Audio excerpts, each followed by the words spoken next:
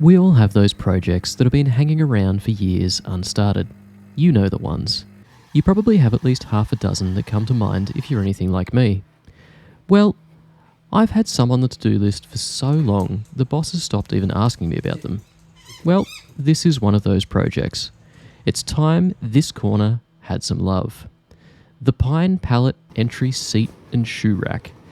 Yeah, probably need to work on a catchier name.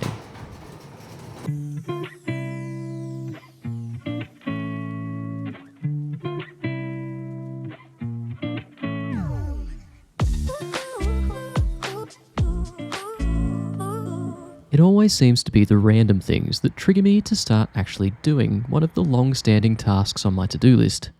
This time, it was finding these half drawers on clearance at Bunnings. Walking down the aisle, they caught the corner of my eye, and somehow I was like, yes, they are the perfect item for that shoe rack I've been meaning to build. So, 2 wicker drawers and $14 dues later, I'd committed to building the entrance seat that Lauren had been waiting for years. So, I decided that I would use up some of the old pine pallet runners I've had sitting around for far too long, along with some of these nice pine slats I found on this definitely not Chet pallet.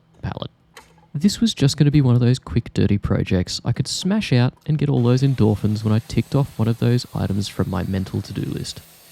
What could possibly go wrong? Now, if you've been following my channel over the past year, you've probably worked out by now that I'm obsessed with using free pallet wood, and that I generally have no idea what I'm doing. For me, it's kind of part of the fun. I love the problem solving that's involved and the learning along the way. Every time I complete a project, I know how I do it better the next time.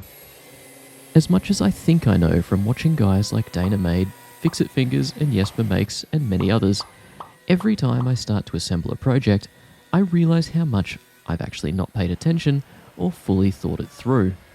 But I mean, that's not my fault. That's just James failing me as a teacher, right? Come on, James.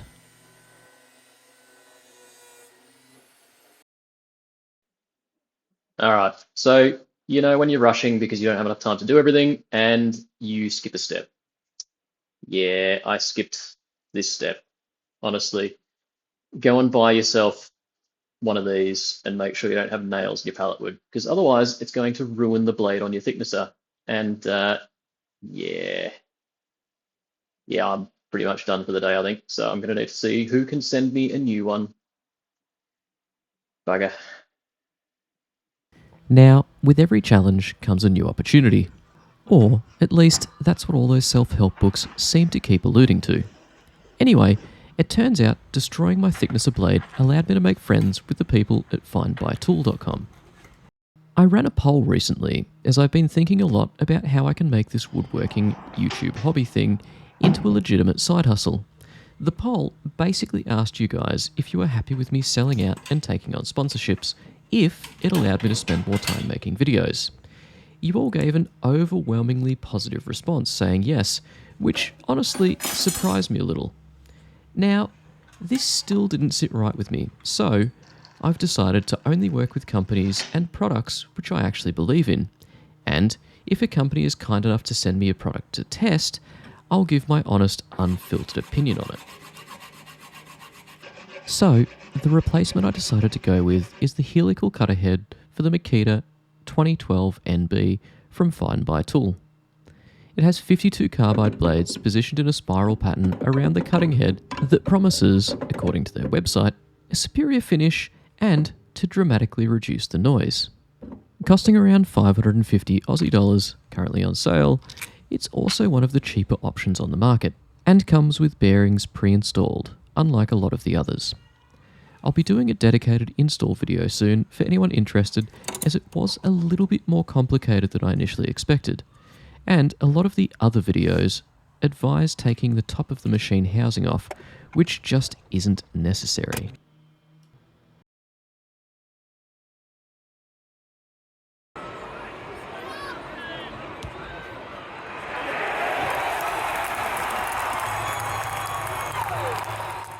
I am a little jealous of DeWALT thicknesser owners, as that seems to be a lot simpler to upgrade.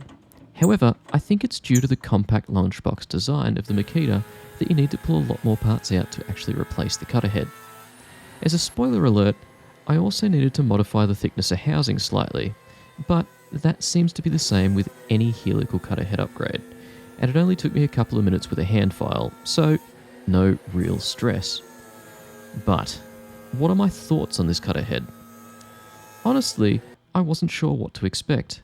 I had read a lot online about how good the spiral cutter head upgrades are and how much better they perform, but in reality, a lot of what you read online isn't 100% truth. I am happy to report, however, that this has exceeded my expectations. Apart from one cheeky blade that I must have misaligned ever so slightly, so it gives me a line down the boards, other than that, the finish is unreal. Like, you would barely need to sand it unreal. It's also far quieter. Now, I don't have a decibel meter, however I can already tell you that my neighbours hate me significantly less when I'm cleaning up all the pallet wood. I've tested it also through knots, and the tear-out's pretty much entirely gone. And when I do inevitably run it through another nail, I can just rotate the blades 25 degrees, meaning that I can hit each blade 3 times and still have a nice new blade edge to swap to. The package also came with a few spare blades as well for when needed. Honestly, these blades give such a good finish. Anyone with this machine, I would highly recommend upgrading if you could afford it, especially if you hate sanding as much as I do. I will put a link below for anyone interested, and an installation video will be coming soon. Or if there's a link in the top right, future me's already delivered. Yep. So, yeah, we hit another nail. This time on the table saw. Didn't learn my lesson.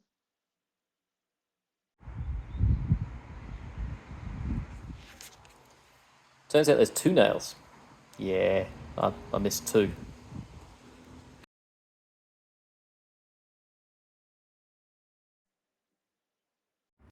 Seriously, it looks like I've chewed that out with my teeth.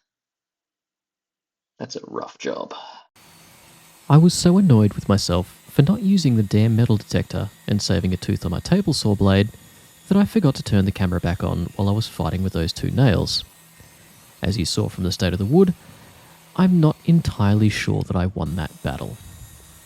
However, with those hopefully being the last unexpected nails we need to deal with, it's back to milling this wood down into what we need for the build. Speaking of, we've gotten this far in without me even explaining fully what we're doing. So, if you've made it this far, please hit that subscribe button. And if you want to be aggravated by me on more than just one website, come and hang out on Patreon. The awesome members in our community there are the true reason why this is the current project after voting. By the way, Mateo is also super upset that so few of you thought a toy box would be a good idea.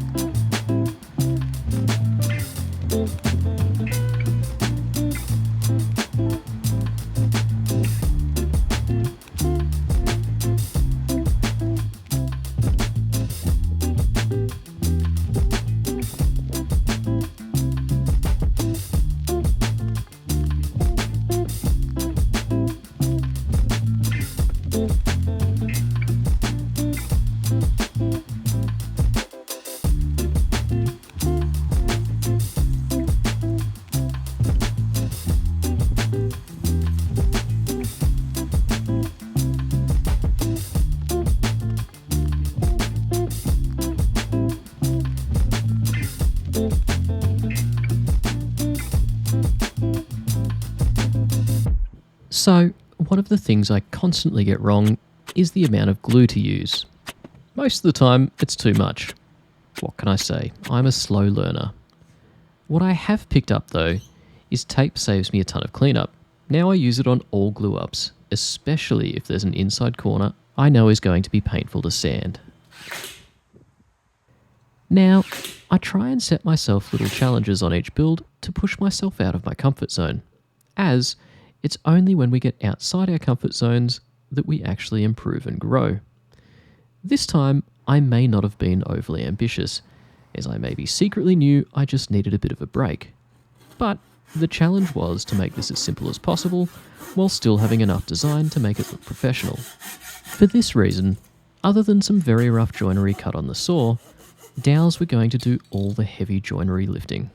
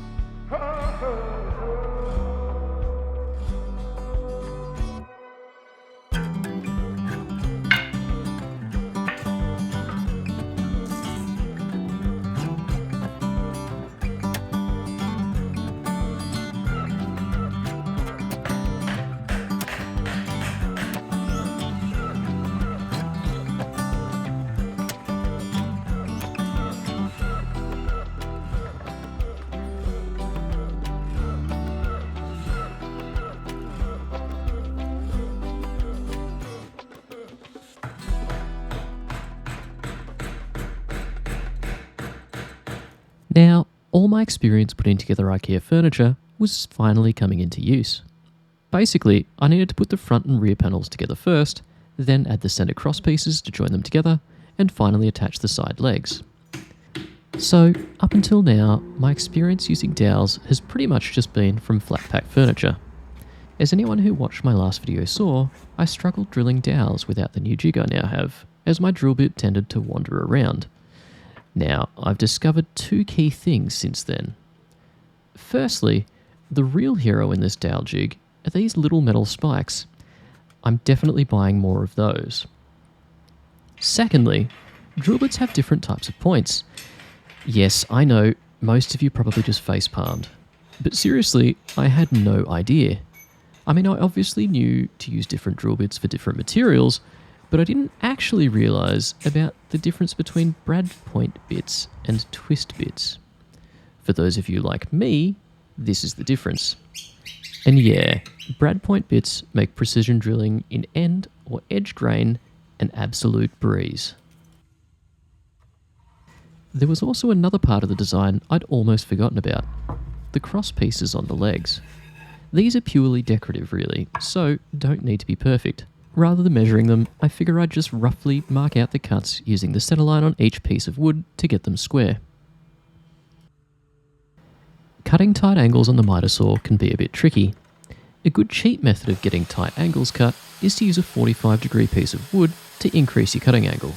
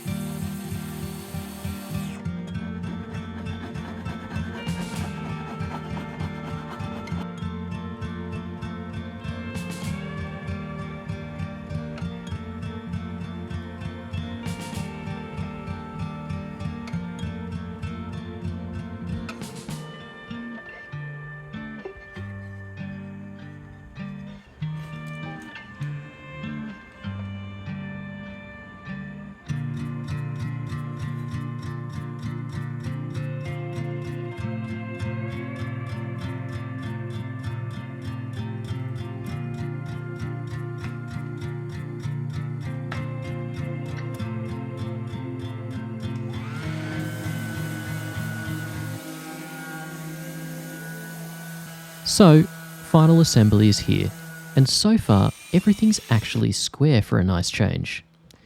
Now, I know this is just pine pallet wood, but it's actually been a nice change from working with all the hardwood.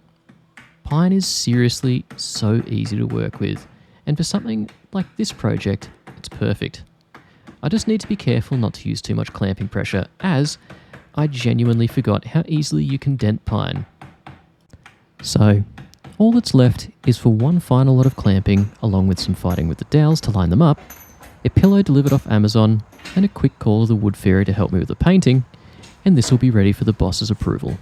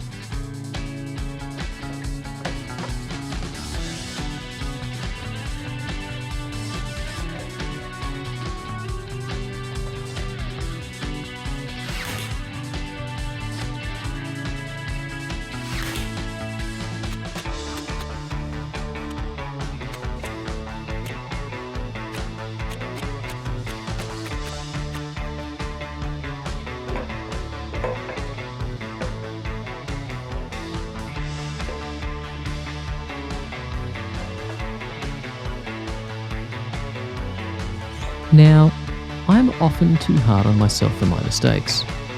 We're often our own worst critics, and a bit like an old pine pallet, it can sometimes take a bit of work before we actually see progress.